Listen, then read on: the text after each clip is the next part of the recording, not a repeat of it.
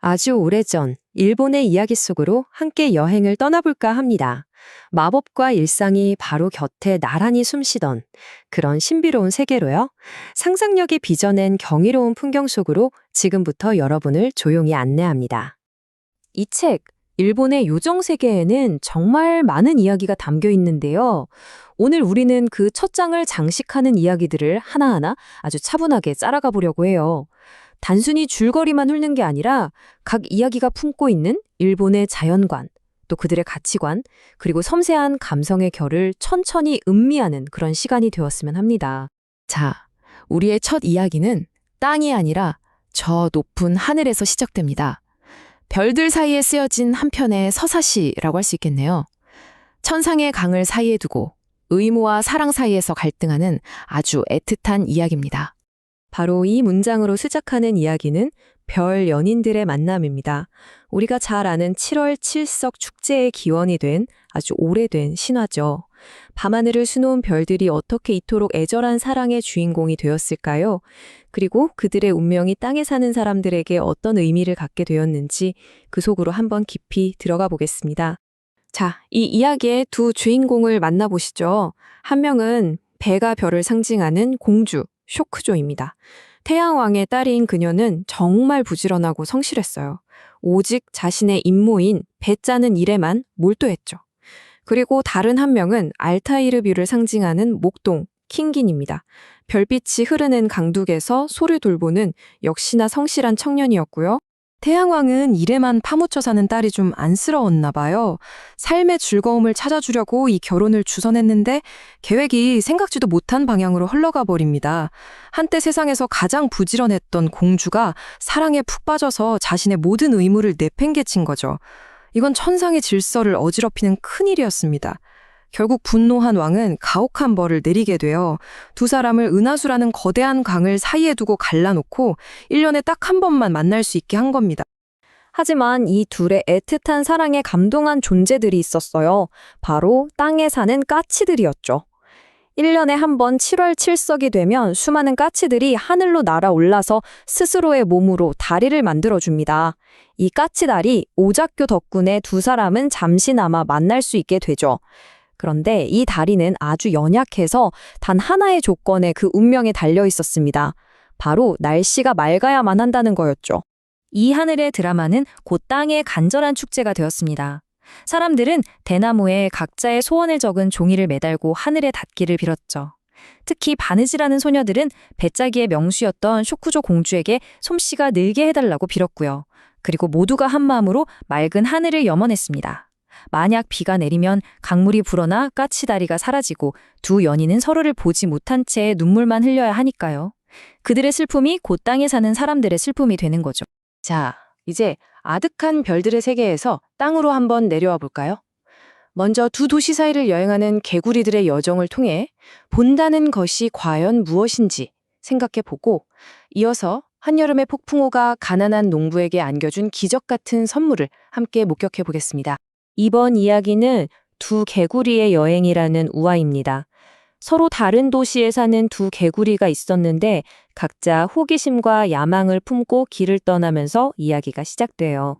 한쪽에는 교토 개구리가 있었어요. 우물안 개구리라는 말을 듣는 게 아주 지긋지긋했죠. 그래서 직접 오사카에 가서 정말 큰 바다가 있는지 확인하고 싶어 했어요. 다른 한쪽에는 오사카에 사는 개구리가 있었는데 이 개구리는 철학자였어요. 아들이 더 넓은 세상을 보고 지혜를 얻길 바라는 마음으로 교토 여행을 결심합니다. 동기는 조금 다르지만 둘 다 미지의 세계를 향한 동경이라는 공통된 목표를 가지고 같은 길 위에서 만나게 됩니다. 긴 여정 끝에 두 도시의 딱 중간 지점인 높은 산에서 둘은 마주칩니다. 너무 지쳐서 남은 길을 계속 가야 하나 고민하던 차에 좋은 생각이 떠오르죠. 서로의 몸을 의지해서 뒷다리로 일어서면 멀리 있는 목적지를 볼 수 있지 않을까 하고요. 하지만 그들은 자신들의 신체가 가진 세상을 보는 방식의 결정적인 한계를 깨닫지 못했습니다. 바로 여기서 치명적인 오해가 생깁니다. 교토 개구리는 오사카를 본다고 생각했지만 그의 눈에 비친 건 사실 자기가 떠나온 교토의 풍경이었어요. 오사카 개구리도 마찬가지였죠. 결국 각자 자기 도시 풍경을 보고는 세상은 어딜 가나 똑같구나 여행은 정말 어리석은 짓이다. 이렇게 결론을 내리고 맙니다. 참 아이러니하게도 교토개구리는 자신이 그토록 벗어나고 싶었던 우물안 개구리임을 스스로 증명해버린 셈이죠. 이 이야기는 우리가 가진 편견과 한계가 어떻게 진실을 왜곡하는지 보여주는 깊은 교훈을 담고 있습니다. 다음 이야기는 천둥의 아이입니다. 자연의 거대하고 파괴적인 힘이 때로는 한 인간에게 구원이 될 수도 있다는 걸 보여주는 한 가난한 농부의 이야기예요. 이 이야기의 주인공은 빈보라는 난자입니다. 그의 삶은 정말 끝없는 고난의 연속이었어요. 평생을 바쳐서 황무지를 논으로 일궜지만 그의 성실함은 가뭄과 흉작이라는 자연의 무심함 앞에 번번이 좌절됐죠. 그토록 기다리던 폭풍우가 몰아치던 어느 날 세상을 부술 듯한 벼락이 그의 눈앞에 떨어집니다. 그런데 그 파괴와 공포의 순간 그 자리에는 놀랍게도 생명이 있었어요. 빈보는 벼락이 떨어진 곳에서 건강한 사내아이를 발견하죠. 그는 아이에게 천둥의 아들이라는 뜻의 라이타로라는 이름을 지어주고 운명으로 받아들입니다. 그 순간부터 그의 삶이 완전히 바뀌기 시작해요. 라이타로는 마치 구름과 연결된 듯 그들의 논에 언제나 풍족한 비를 내려주었고 가족은 마침내 지긋지긋한 가난에서 벗어나게 됩니다.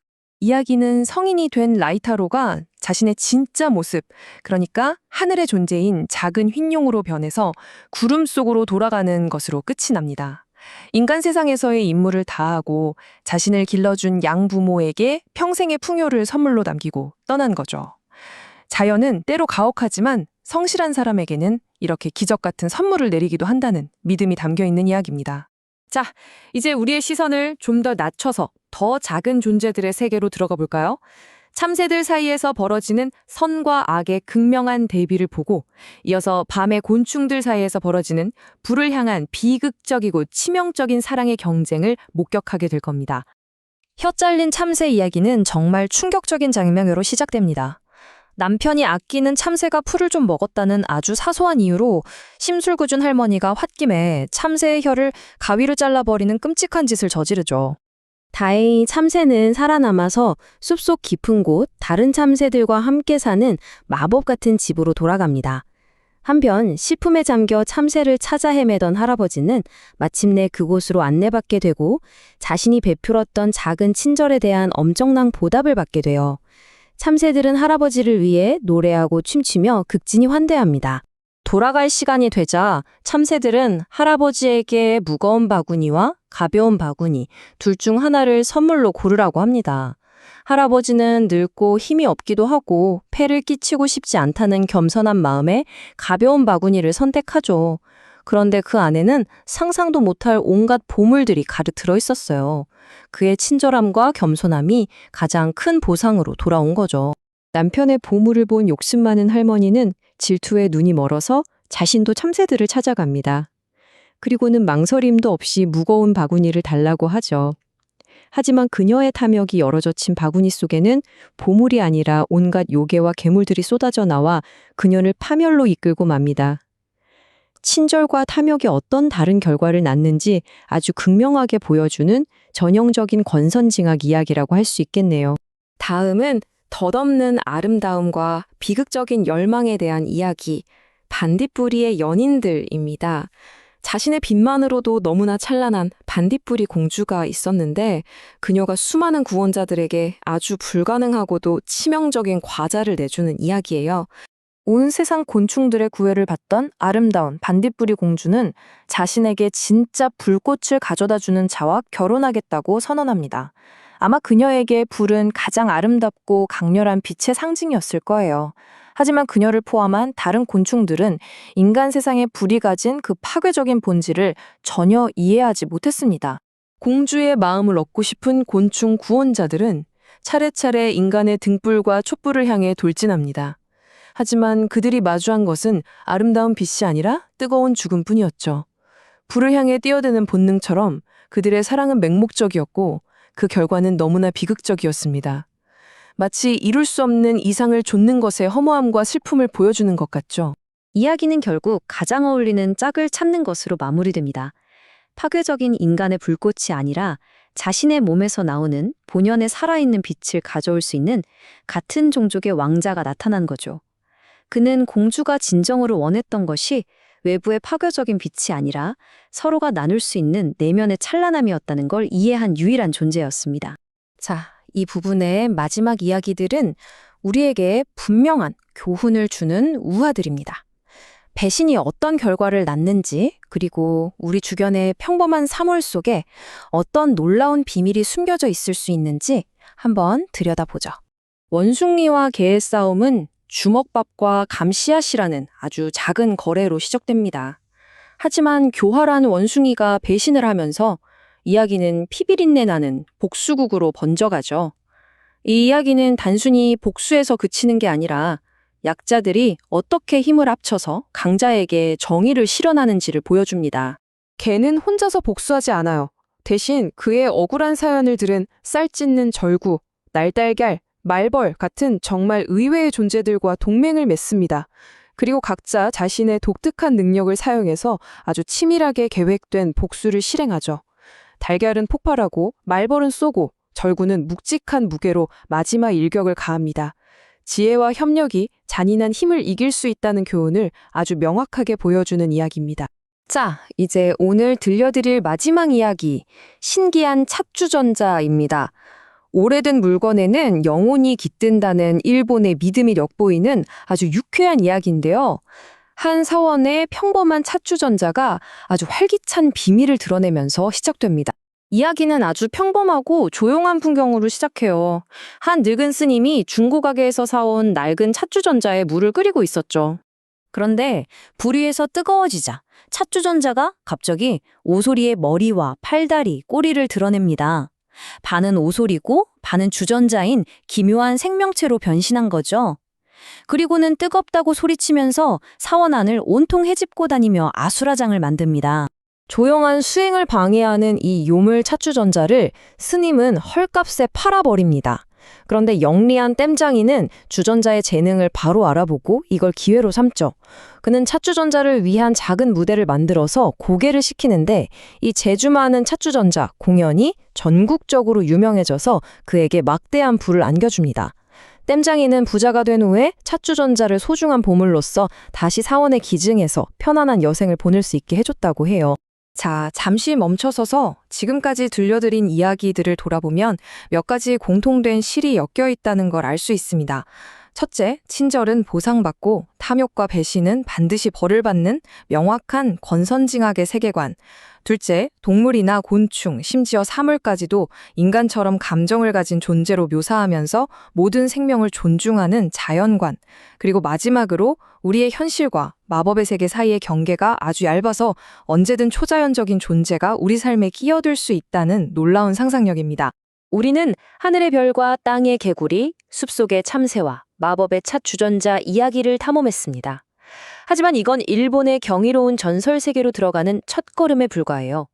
우리 여정의 다음 장에서는요, 용을 무찌르는 위대한 영혼과 인간을 위협하는 무시무시한 괴물, 그리고 상상할 수 없는 힘을 지닌 신비로운 보물들의 이야기로 여러분을 안내할 겁니다.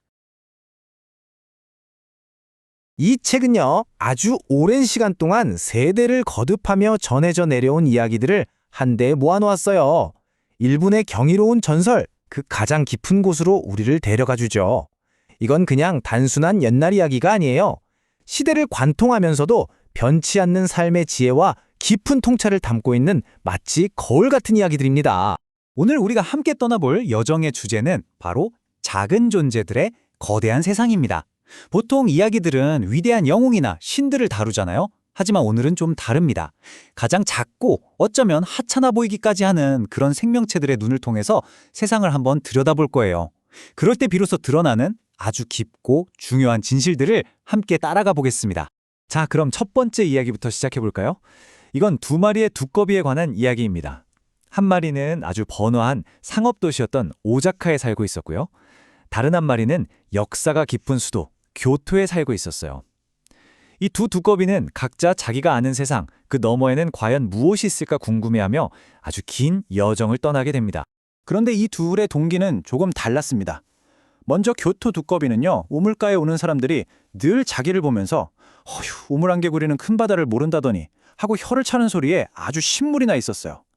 속으로 대체 그 큰 바다라는 게 뭐 그리 대단하다고, 내 우물만큼 깊거나 넓지도 않을걸? 하고 투덜거리면서 세상 사람들의 편견이 틀렸다는 걸 한번 증명해 보이고 싶었던 거죠.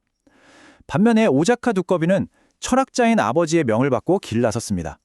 아버지가 어느 날 사찰 연못가에서 승려들이 나누는 이야기를 들었거든요.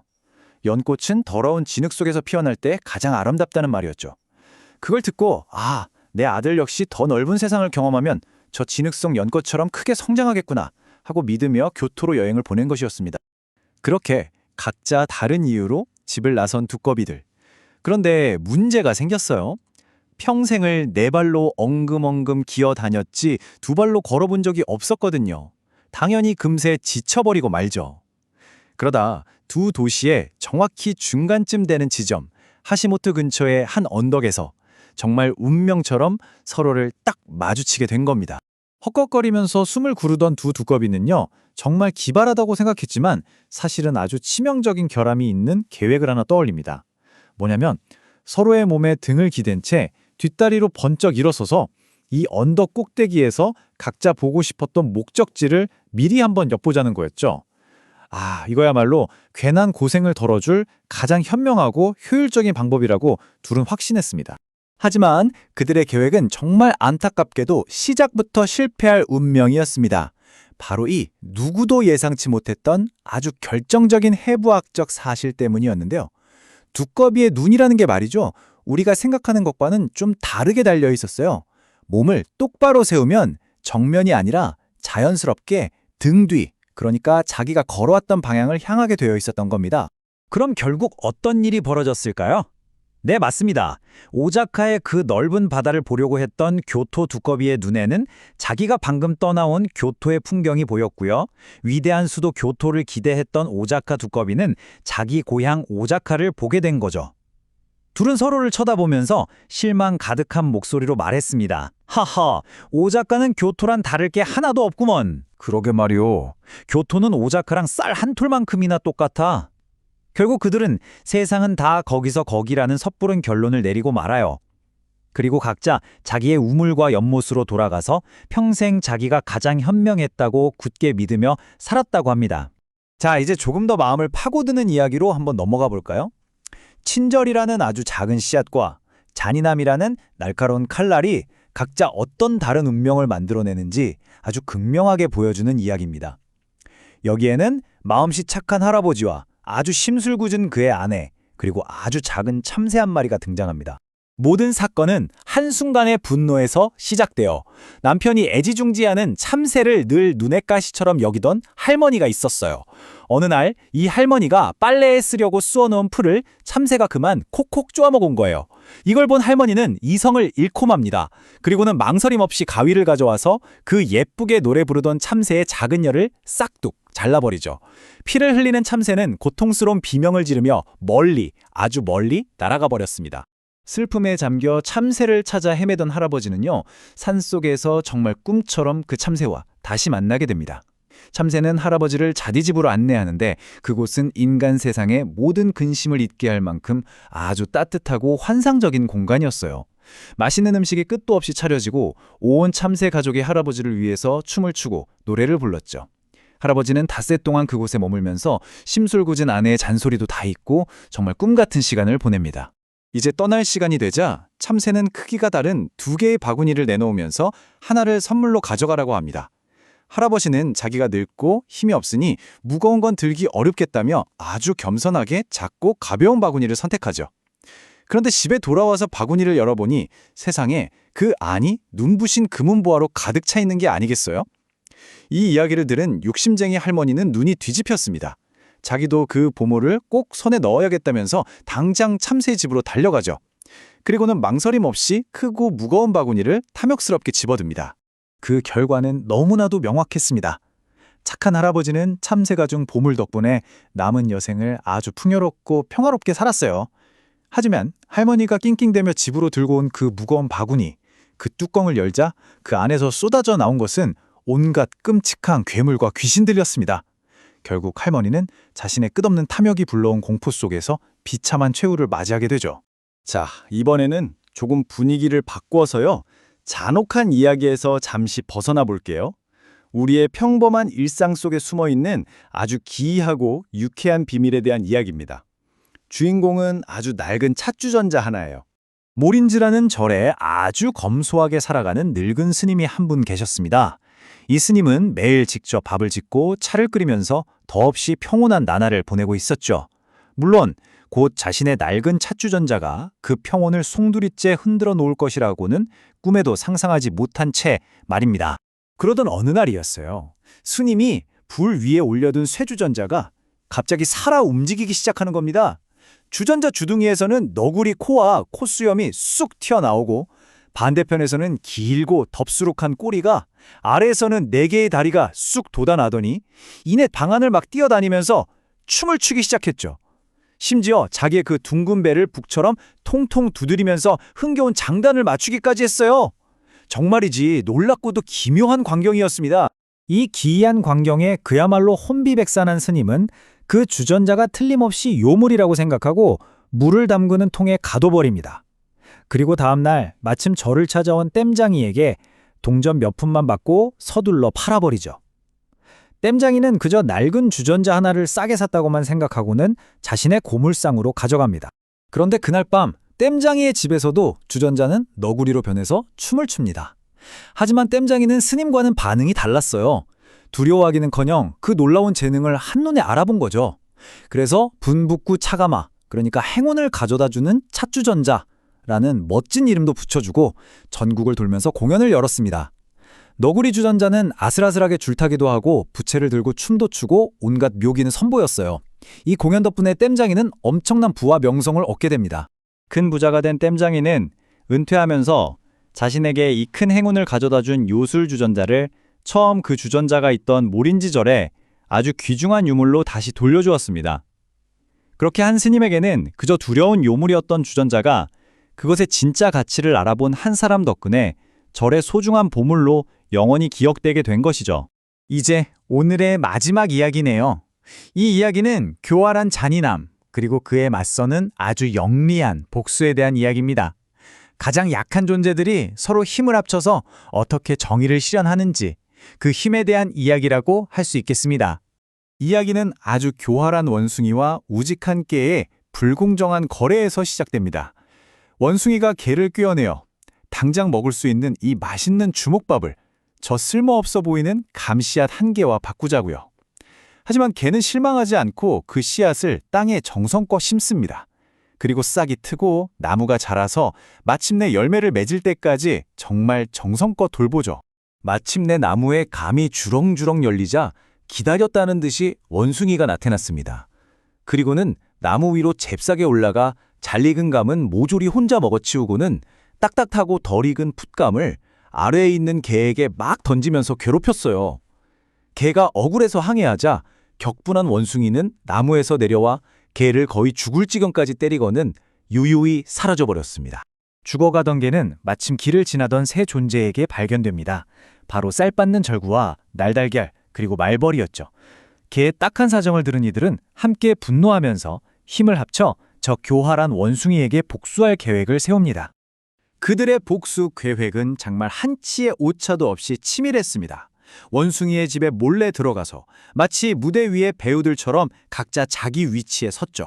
달걀은 복수의 불씨를 품고 화롯불 잿더미 속에, 말벌은 날카로운 침을 숨기고 욕실로 가는 길목의 벽장에, 그리고 묵직한 절구는 최후의 일격을 가하기 위해 문 뒤에 숨어서 원숭이가 돌아오기만을 숨죽여 기다렸습니다. 저녁이 되어 집에 돌아온 원숭이는 으슬으슬 추위를 느끼고 화롯가에 앉습니다. 바로 그 순간 잿더미 속에 숨어있던 달걀이 펑 하고 폭발하면서 뜨거운 노른자가 원숭이의 눈을 덮치죠. 고통의 비명을 지르며 물을 찾으러 욕실로 달려가던 원숭이는 길목을 지키던 말벌에게 코를 제대로 쏘이고 맙니다. 그리고 너무 놀라 미끄러지는 순간 문 뒤에 숨어있던 거대한 절구가 그대로 덮쳐서 원숭이는 비참한 최후를 맞이합니다. 이렇게 작은 동맹은 완벽한 협력으로 거대한 악에 맞서 정의를 실현하는 것이죠. 오늘 이렇게 4편의 이야기를 살펴봤는데요. 각기 다른 주인공, 다른 사건을 다루고 있지만 그 안에는 서로를 비추는 어떤 공통된 실마리가 숨어 있는 것 같아요. 이 단순해 보이는 우화들이 지금 이 시대를 살아가는 우리에게 던지는 메시지는 과연 무엇일까요? 두꺼비 이야기는 우리에게 가장 큰 감옥이 어쩌면 나라는 편협한 시각일 수 있다는 걸 보여줍니다. 세상을 보기 위해 떠났지만 결국 자기 자신만 보고 돌아온 그들의 모습은 새로운 것을 받아들이지 못하는 우리의 굳은 마음을 비추는 거울 같지 않나요? 혀 잘린 참새 이야기는 아주 명확하죠. 친절이라는 작은 씨앗이 어떻게 금은보화로 피어나고 탐욕이라는 독조가 어떻게 파멸을 부르는지 선명한 인과응보를 보여줍니다. 요술주전자는 또 어떻습니까? 한 스님에게는 두려움의 대상이었던 것이 땜장이에게는 일생일대의 행운이 주었어요. 이건 경이로움이란 대상 자체에 있는 게 아니라 그것을 알아보는 우리의 마음에 달려있다는 걸 일깨워주죠. 그리고 마지막으로 개와 그의 작은 동맹들, 이들은 우리에게 희망을 줍니다.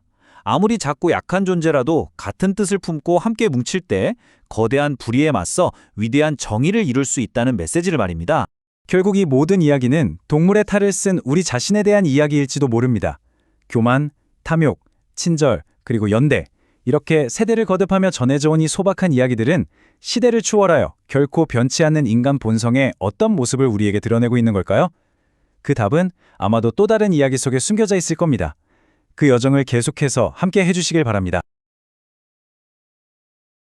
오늘 우리가 함께 떠나볼 여행은 아주 오래된 세 편의 이야기 속입니다. 평범하기 그지없는 물건이 문득 마법을 부리고 또 영웅이 기적처럼 태어나고 지혜가 결국엔 배신을 응징하는 그런 신비로운 세계로 여러분을 초대합니다. 바로 주전자와 왕자 그리고 사기꾼의 이야기입니다. 네, 오늘 우리가 함께 펼쳐볼 이야기들은 이렇습니다.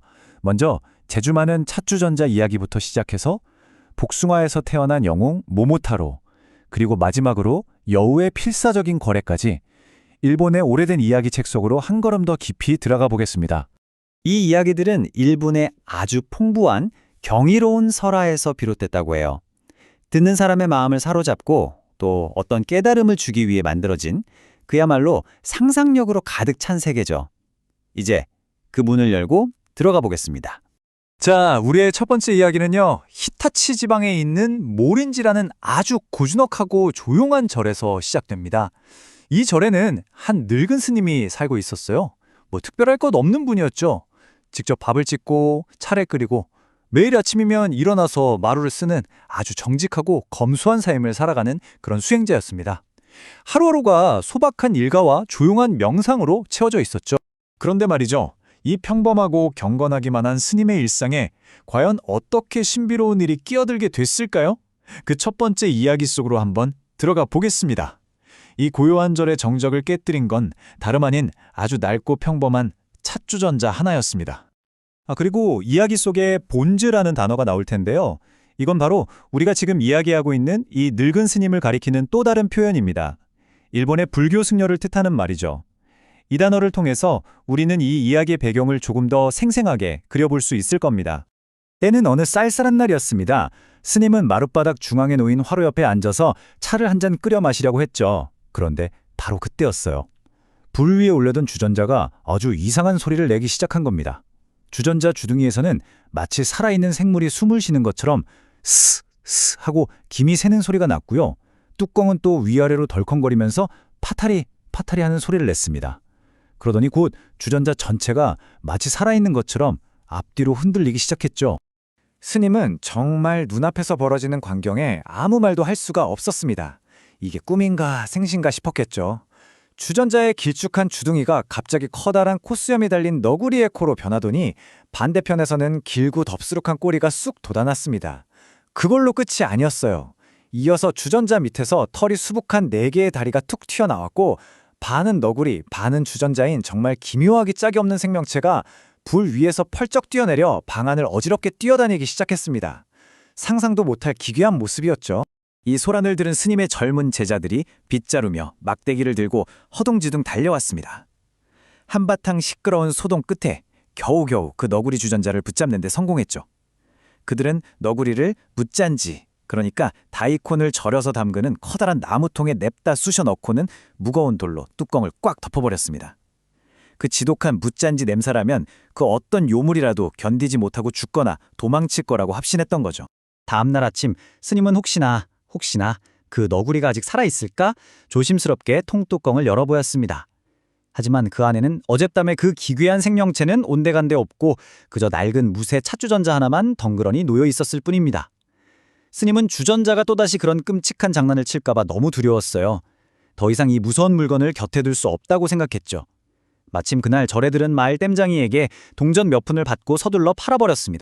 그런데 그날 밤 땜장이는 집에서 이상한 소리가 나서 잠에서 깼습니다. 무슨 일인가 하고 주위를 둘러보는데 정말 놀랍게도 낮에 사온 그 무쇠주전자가 털로 뒤덮인 짐승으로 변해 있는 게 아니겠어요?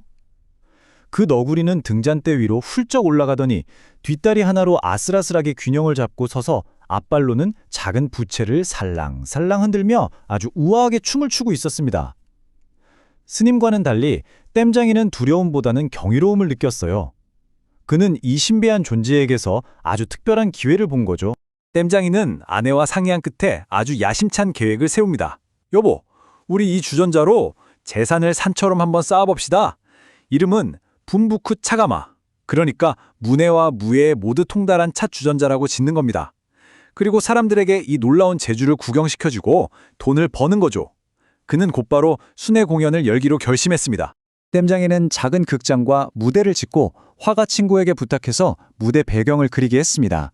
정말 멋진 그림들이었죠.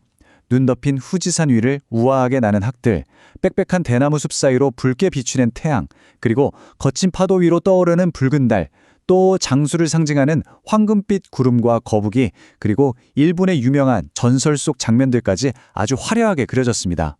이 그림들만으로도 전통적인 일본 공연의 생생한 분위기를 자아내기에 충분했죠. 공연은 그야말로 대성공이었습니다. 주전자는 네 발로 무대를 깡충깡충 뛰어다니고 때로는 몸을 풍선처럼 부풀려서 통통한 배를 북처럼 두드리며 신나게 연주하기도 했어요. 작은 부채나 우산을 들고 아슬아슬하게 줄타기를 하고 물구나무를 쌓는 등 온갖 재주를 선보였죠. 관객들은 정말 열광했고 분부쿠 차가마의 명성은 순식간에 일본 전역으로 펴져나갔습니다. 덕분에 땜장이는 엄청난 부자가 되었죠. 큰 부자가 된 땜장이는 공연 사업에서 은퇴한 뒤에 이 모든 행운을 가져다 준 주전자에게 깊은 감사의 마음을 담아 다시 모린지 절에 돌려주었습니다. 그곳에서 주전자는 귀한 유물, 즉 보물로 봉헌되었고 분부쿠 다요미오진, 다시 말해 문무에 통달한 위대한 신이라는 이름으로 불리면서 오늘날까지도 아주 소중히 여겨지고 있다고 합니다. 자, 이제 두 번째 이야기로 넘어가 보겠습니다. 이번에는 기적적인 탄생으로 시작되는 아주 고전적인 영웅의 여정인데요. 바로 일본에서 가장 사랑받는 영웅 중 한 명인 모모타로의 이야기입니다.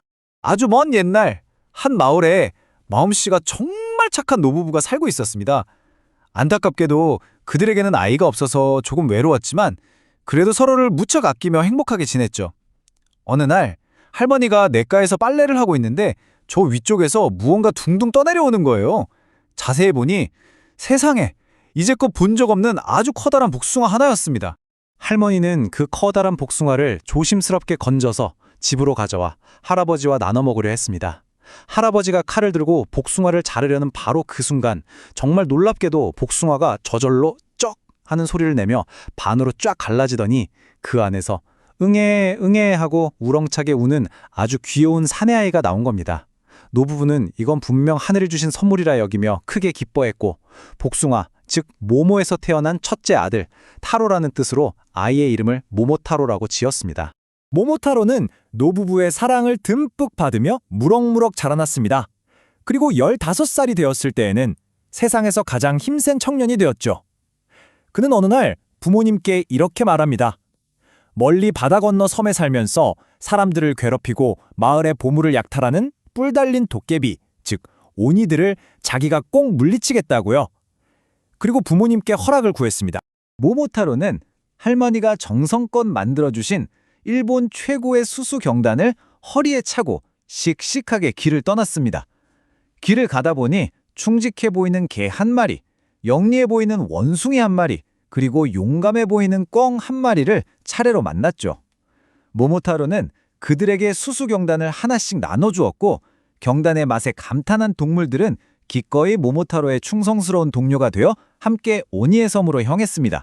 이제 이야기의 다음 단계로 넘어가 보죠. 모모타로와 그의 든든한 동물 동료들이 드디어 도깨비의 섬으로 떠나는 여정, 그리고 그곳에서 벌어지는 아주 장대한 전투의 시작입니다. 오니의 성에 도착한 모모타로 일행은 한치의 망설임도 없이 용감하게 싸웠습니다. 붉은 피부에 거대한 몸집을 한 오니 대장이 커다란 쇠몽둥이를 휘두르며 모모타로를 공격해 올 때 개는 재빨리 뒤에서 오니의 다리를 꽉 물었고 원숭이는 잽싸게 등 위로 올라타 날카로운 발톱으로 눈을 가렸으며 꿩은 휙 날아올라 날개로 바람을 일으키며 날카로운 부리로 얼굴을 쪼아댔습니다. 정말 완벽한 협공이었죠. 이 영리한 동물들의 도움으로 오니들의 기세가 꺾인 틈을 타서 모모타로는 칼을 뽑아 단숨에 오니 대장을 제압했습니다. 패배한 오니들은 땅에 엎드려 싹싹 빌며 목숨을 구걸했죠.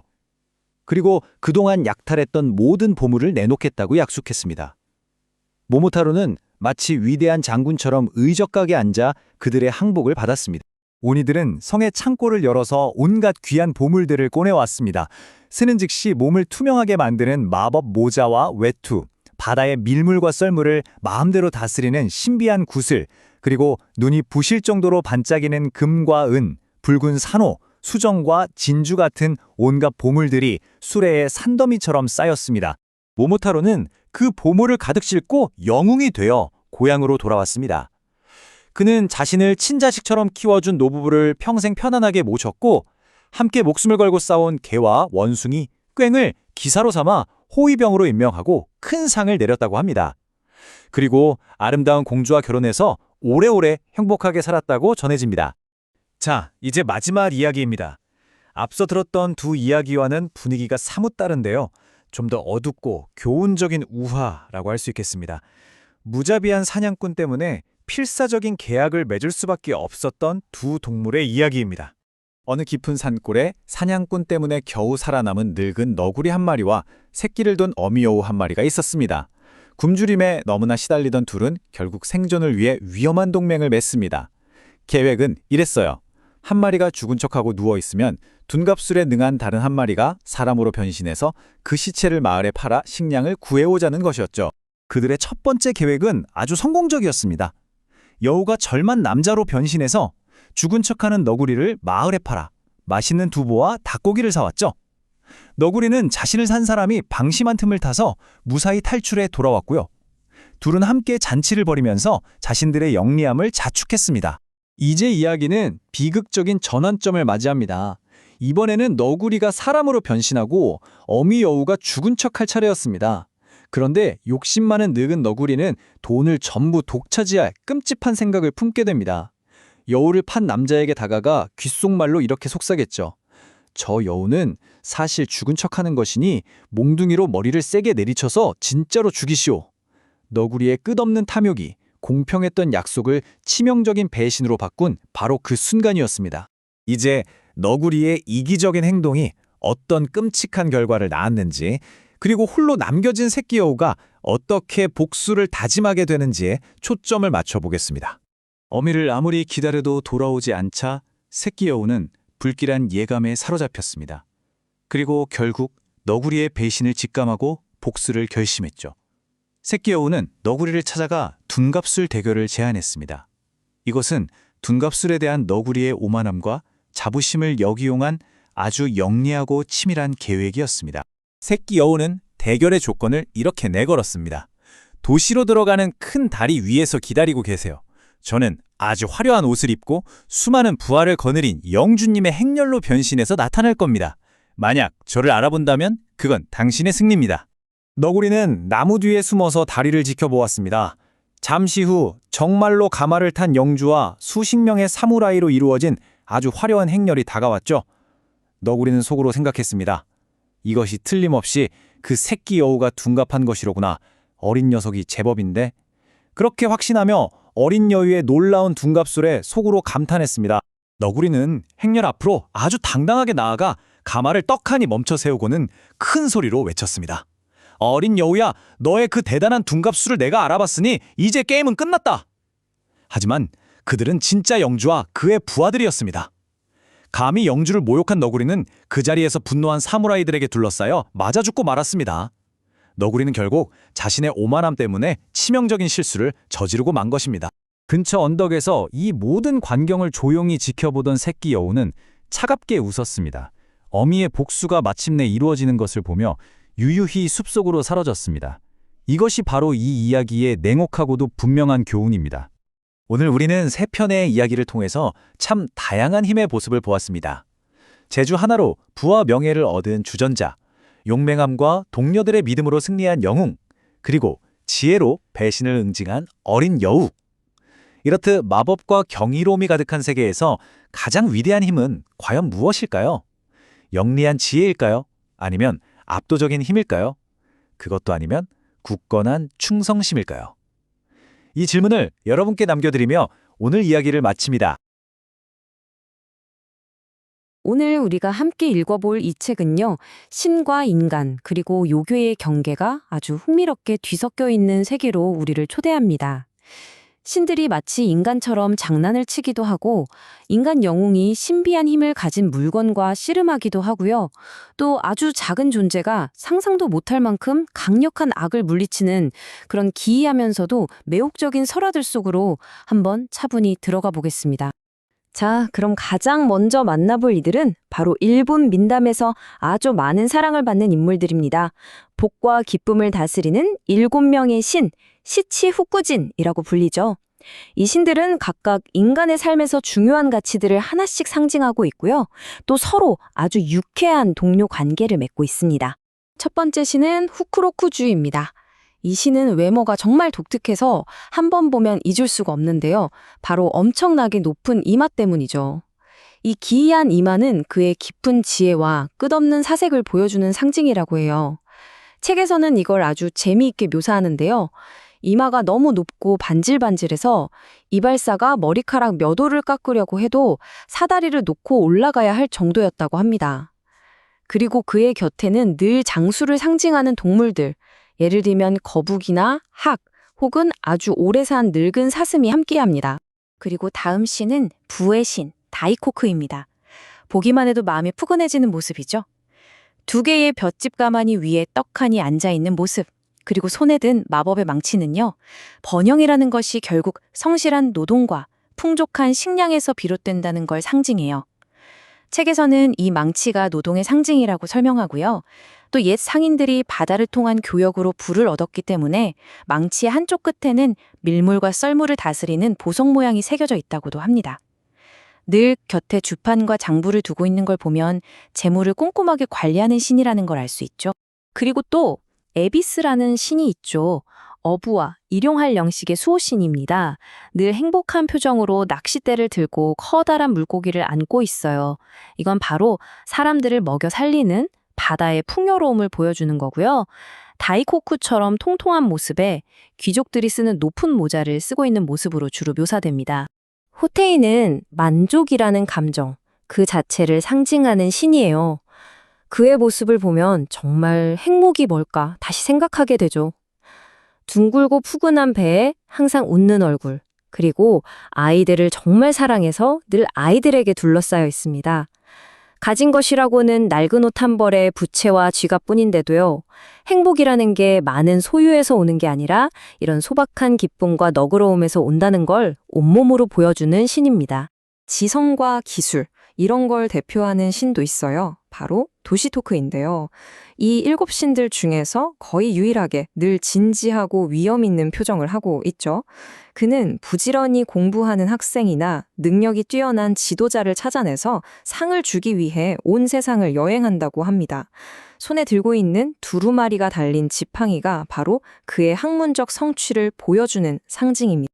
이번엔 아주 강력한 신, 비샤몬입니다. 그야말로 영광의 화신이죠. 전투의 기술을 내려주고 정의를 위해 싸우는 이들을 보호하는 강력한 전쟁의 신이에요. 온몸을 황금 갑옷으로 무장한 모습은 그가 가진 힘과 권위를 나타내고 그가 아끼는 동물인 호랑이는 그의 용맹함을 한층 더 돋보이게 합니다. 자, 그리고 마지막으로 이 그룹의 유일한 여신이죠. 아주 우아한 벤텐입니다. 사랑과 가족 그리고 바다를 관장하는 여신이에요. 그녀는 음악과 조화를 가져다주는 존재로 플루트나 기타 같은 악기를 연주하면서 다른 신들을 즐겁게 해준다고 해요. 재미있는 건 그녀의 진짜 집은 저 깊은 바닷속 용궁이라고 하네요. 그런데 이 신들이라고 해서 항상 위험 있게 일만 하는 건 아니에요. 아주 인간적인 면모도 가지고 있어서 일이 없을 땐 서로 힘을 겨루는 장난스러운 시합을 즐기기도 했습니다. 특히 뚱뚱하고 땅딸막한 다이코쿠와 키가 훌쩍 크고 머리가 긴 후쿠로쿠구가 벌이는 씨름이 아주 볼만했다고 해요. 아무래도 키가 큰 후쿠로쿠주가 허리를 많이 굽혀야 해서 좀 불리했겠죠. 다이코쿠가 종종 그의 긴 머리를 팔 밑에 끼고 휙 넘어뜨리는 경우가 많았다고 합니다.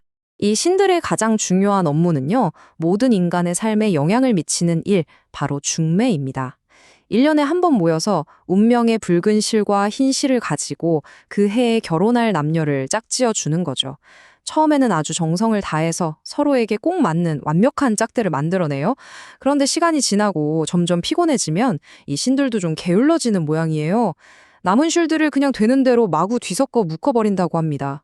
이 책에서는 바로 이것 때문에 세상에 불행한 결혼이 생겨나는 거라고 아주 재미있게 설명하고 있습니다. 그런데 말이죠. 이렇게 자비로운 신들이라고 해서 늘 평화롭게만 했던 건 아니에요. 그들에게 도전하는 존재도 있었거든요. 특히 7신 중에서 가장 사랑받던 다이코쿠에게 닥친 위협과 그가 정말 예상치 못한 방법으로 그 위기를 극복하는 흥미로운 이야기를 한번 살펴보겠습니다.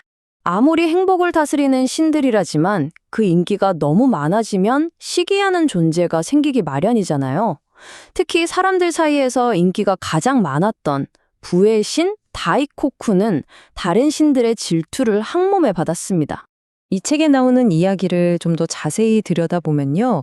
다른 신들이 다이코쿠에 대한 사람들의 사랑 때문에 자신들의 존재감이 희미해진다고 느꼈던 것 같아요.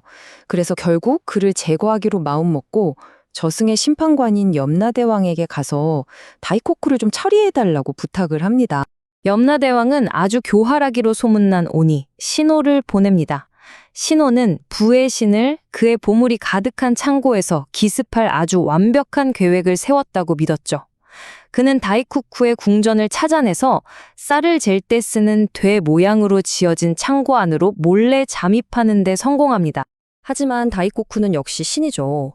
이 수상한 침입을 바로 알아채고는 아주 침착하게 자신의 가장 믿음직하고도 눈에 잘 띄지 않는 하인, 바로 쥐들의 우두머리에게 조용히 명령을 내립니다.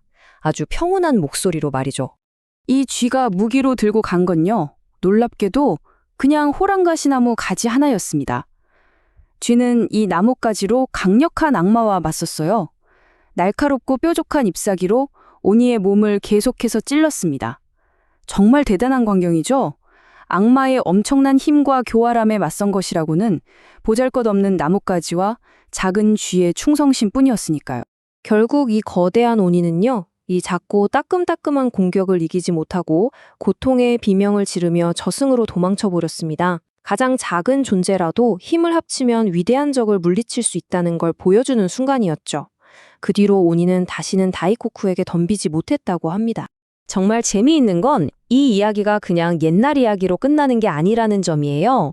바로 이 이야기 때문에 오늘날까지도 사람들이 새해 전날 밤이 되면 악령을 쫓기 위해 문기둥에 호랑가시나무 가지를 꽂아두는 풍습이 생겼다고 합니다. 평범한 사람들이 보이지 않는 악으로부터 집을 지키는 방법이 된 거죠. 이처럼 신화는 사람들의 실제 삶 속에 깊숙이 스며들어 있습니다. 자, 지금까지는 신들과 악마의 세계를 들여다봤는데요. 이제는 무대를 조금 바꿔서 전설적인 인간 영웅과 그 스스로 의지를 가진 아주 신비로운 물건에 대한 이야기로 넘어가 보겠습니다. 이 이야기가 앞선 이야기들과 어떻게 또 연결되는지 한번 지켜보시죠. 지금부터 들려드릴 이야기는 미이데라라는 절에 있는 아주 거대한 청동종에 대한 이야기예요. 이 종은 정말 파란만장한 역사를 가지고 있는데요. 수천 년 동안 여러 대륙을 거쳐온 물건입니다. 책에 따르면 원래는 인도의 신성한 사원에 걸려 있다가 어찌된 일인지 깊은 바닷속 용왕의 손에 들어갔고 그 후에 한 영웅을 통해서 마침내 미이데라 사원에 자리 잡게 되었다고 합니다. 이 종이 특별한 이유는요. 마치 살아있는 것처럼 의식을 가지고 있었다고 전해지기 때문이에요. 한때는 그 표면이 거울처럼 반짝였다고 하는데요.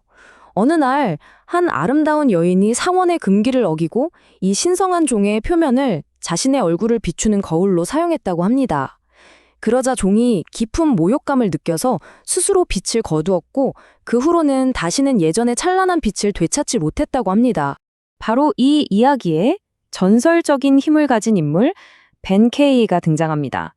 그는 이 유명하고 신비로운 종이 자신의 사원이 있는 라이벌산 히에이산에 있어야 마땅하다고 생각했어요. 그래서 이 종을 훔쳐오기로 결심합니다. 물론 이 거대한 종을 옮기는 건 보통 일이 아니었죠. 이건 정말 엄청난 과업이었습니다. 그런데 벤케이는 들부 한쪽 끝에 이 무거운 종을 매달고 다른 한쪽 끝에는 고작 연약한 종이 등불 하나를 매달아서 균형을 맞췄다고 해요. 그의 엄청난 힘을 아주 해학적으로 보여주는 장면이죠. 그 먼 길을 종을 메고 왔으니 얼마나 지치고 굶주렸겠어요. 벤케이의 식욕 또한 그의 힘만큼이나 전설적이었습니다. 그는 훔쳐온 종을 기념하기 전에 먼저 직경이 5피트, 그러니까 거의 1.5m나 되는 거대한 솥에 가득 담긴 국을 한 방울도 남기지 않고 다 먹어치웠다고 합니다. 배를 채우고 나서 마침내 승려들이 승리의 종을 쳤습니다. 그런데 이게 웬일일까요? 우렁찬 종소리 대신에 아주 깊고 구슬픈 신음소리가 울려 퍼졌습니다. 그 소리는 마치 미이데라로 돌아가고 싶어 라고 말하는 것 같았다고 해요. 승려들은 당황해서 자신들의 사원에 종의 마음이 머물도록 신성한 의식을 치렀습니다. 자신들의 산에서 가져온 성수를 뿌리면서 종을 달래려고 했죠. 하지만 종의 고향을 그리는 마음, 그 향수병은 절대적이어서 아무런 효과가 없었습니다. 그래서 그들은 이번에는 더 세게 종을 쳐봤습니다. 하지만 소리는 똑같았어요. 자신의 진짜 집으로 돌아가고 싶다는 슬픈 애원만이 계속해서 울려 퍼질 뿐이었습니다. 이 상황에 격분한 벤케이가 직접 나섰습니다. 그는 직접 종치는 나무를 잡고 자신의 온 힘을 다해 종을 내리쳤죠. 하지만 종의 울음소리는 더 작아지기는커녕 오히려 더욱 절박하고 선명하게 들려왔습니다. 결국 그 힘센 벤케이도 무생물의 굳은 의지 앞에서는 어쩔 소리가 없었습니다.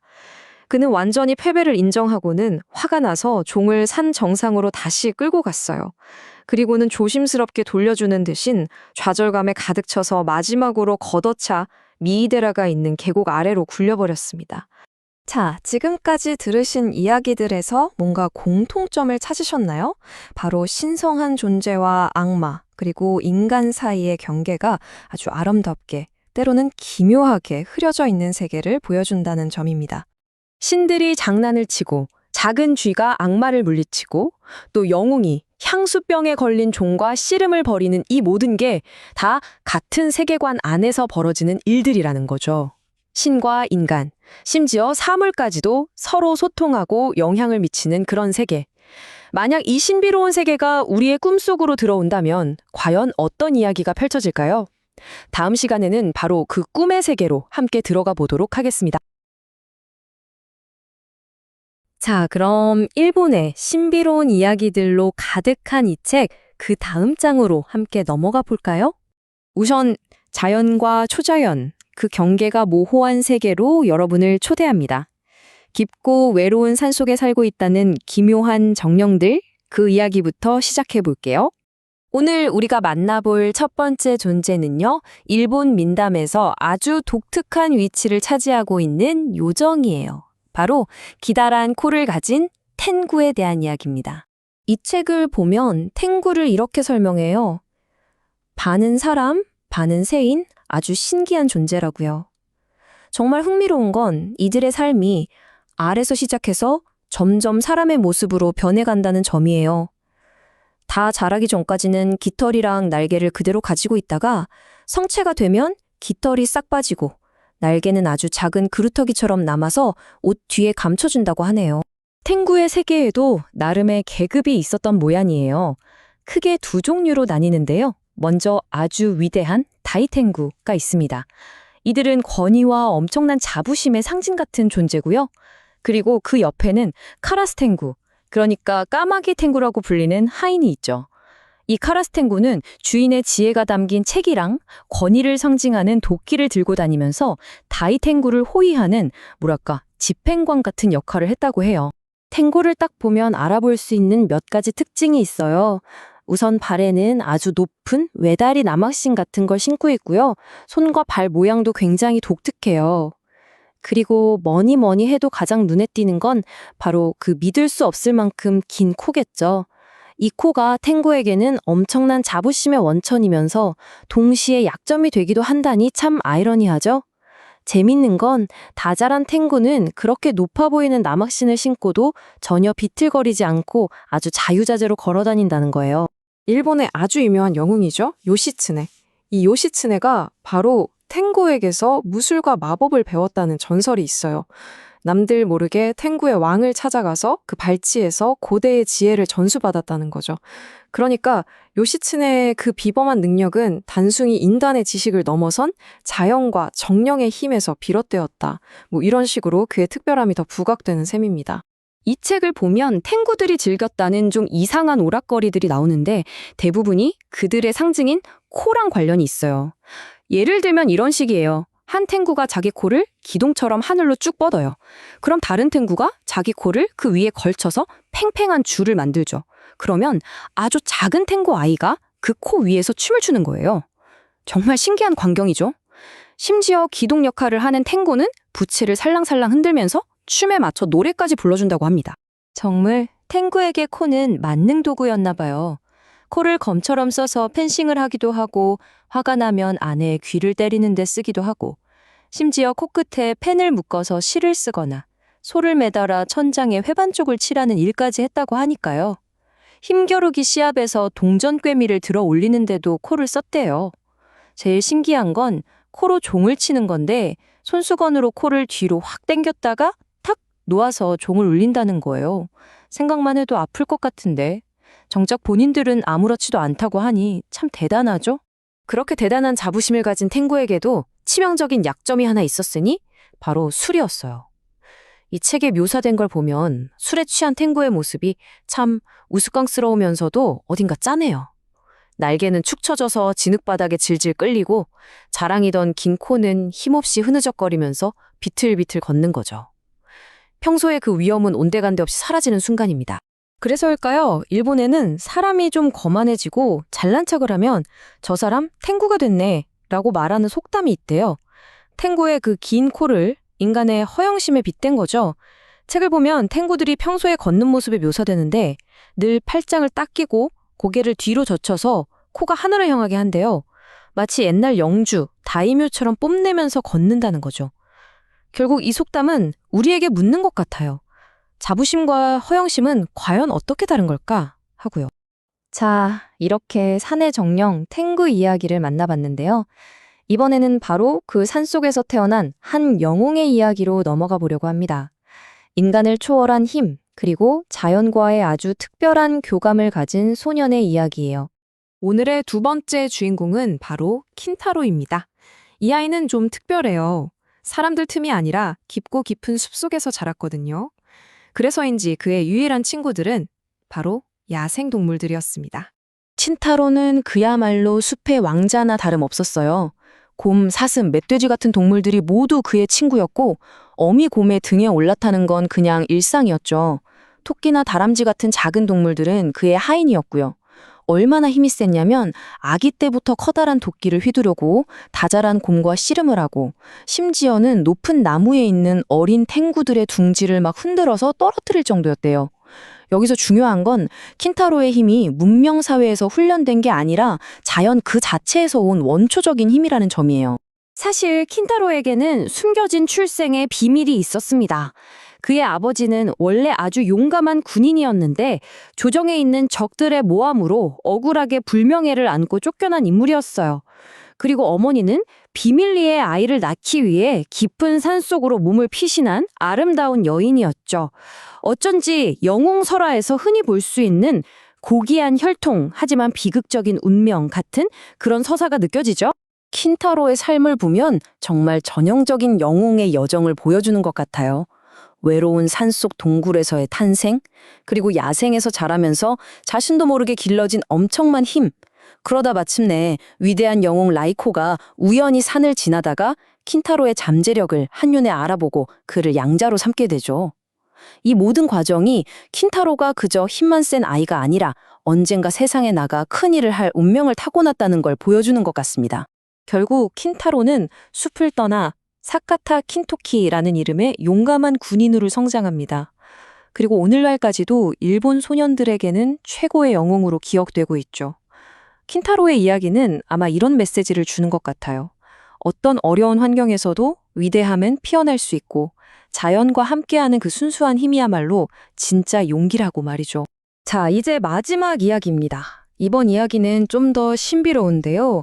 마법과 복수가 얽혀 있고 검이 아닌 뱀과 달팽이 그리고 개구리의 힘으로 싸우는 그런 전쟁에 대한 이야기입니다. 이야기의 주인공은 지라이아입니다. 별명은 젊은 천둥이고요. 그의 인생은 정말 파란만장해요. 갓난아기 때 가문이 몰살당하면서 혼자 살아남은 도망자 신세가 되죠. 그리고 자라서는 가문의 명예를 되찾기 위해 산적 두목이 됩니다. 그러던 어느 날 한 노인을 공격하려다 실패하는데 알고 보니 그 노인은 거대한 개구리로 변신할 수 있는 강력한 산신령이었어요. 지라이아는 그에게 패배했지만 오히려 용서받고 개구리 마법의 비밀을 전수받게 됩니다. 그리고 마침내 그 힘을 사용해서 악한 부자들의 것을 빼앗아 가난한 사람들을 돕는 그런 영웅으로 거듭나게 되죠. 복수심에 불타던 산적이 억압받는 사람들의 수호자로 변신하는 아주 입체적인 인물이에요. 이 이야기의 핵심은 바로 세 가지 마법의 대결이에요. 지라이아가 쓰는 개구리 마법, 그리고 그의 숙적인 오로치마루가 쓰는 뱀 마법, 또 다른 인물인 치나데가 쓰는 달팽이 마법이 있죠. 이 세 마법은 서로 물고 물리는 관계예요. 마치 가위바위보처럼요. 뱀은 개구리를 이기고 개구리는 달팽이를 이기고 또 달팽이는 뱀을 이기는 이런 식의 상성 관계가 있어서 아주 흥미진진합니다. 그럼 인물들을 좀 더 자세히 볼까요? 주인공 지라이아는 폭풍을 다루고 거대한 개구리를 소환해서 타고 다니는 개구리 마법을 쓰고요. 그리고 나중에 지라이아와 힘을 합치게 될 아름다운 여인 츠나데는 물 위를 마른 땅처럼 걸을 수 있는 달팽이 마법을 사용합니다. 그리고 이들의 숙적인 사악한 도적 오로치마루는 적을 죽일 수 있는 맹독을 내뿜는 뱀 마법을 쓰죠. 결국 지라이아와 츠나데는 결혼을 하고 힘을 합치게 됩니다. 그리고 뱀 마법사 오로치마루가 섬기는 세력에 맞서 치키가게 가문을 돕기 위해 큰 전쟁에 뛰어들죠. 이제 선과 악의 대결 구도가 아주 명확해진 셈입니다. 하지만 위기가 찾아옵니다. 오로치마루가 잠들어 있는 지라이아와 츠나데에게 몰래 독을 뿌린 거예요. 그들을 따르던 사람들은 절망에 빠지죠. 한 늙은 승려가 말하길 이 병을 고칠 약은 일본에는 없고 저 멀리 인도에 가야만 구할 수 있는 영약이 유일한 해독제라고 하거든요. 정말 절망적인 상황이죠. 이야기의 긴장감이 최고조에 이르는 부분입니다. 그런데 놀랍게도 이 이야기는 바로 여기서 멈춥니다. 영웅들은 죽음의 문턱에 있고 해독제는 손에 닿을 수 없을 만큼 멀리 있는 것처럼 보이죠. 그들의 운명은 어떻게 될까요? 책은 이 질문을 던진 채 이야기를 마무리하지 않고 끝을 맺습니다. 독자들의 상상에 그 뒤 이야기를 맡기는 거죠. 자부심 넘치던 텐구, 숲의 왕자 킨타로, 그리고 마법사 지라이아까지 오늘 만나본 이야기들은 정말 저마다의 강렬한 인상을 남기는 것 같습니다. 이렇게 기묘한 정령들과 강력한 영웅들의 이야기를 듣고 나면 이런 생각이 들어요. 이 이야기들이 탄생한 세계는 과연 어떤 곳이었을까? 아마도 그곳은 상상력으로 가득 찬 세계였을 겁니다. 자연 곳곳에 정령이 살아 숨쉬고 진짜 영웅은 문명이 아닌 야생에서 태어나며 마법이라는 신비로운 힘이 인간의 운명을 좌우하는 그런 세계 말이죠. 결국 이 모든 이야기는 자연에 대한 경외심, 인간의 본성에 대한 깊은 통찰, 그리고 어떤 시련이라도 이겨내는 용기의 소중함을 우리에게 말해주고 있는 건 아닐까요?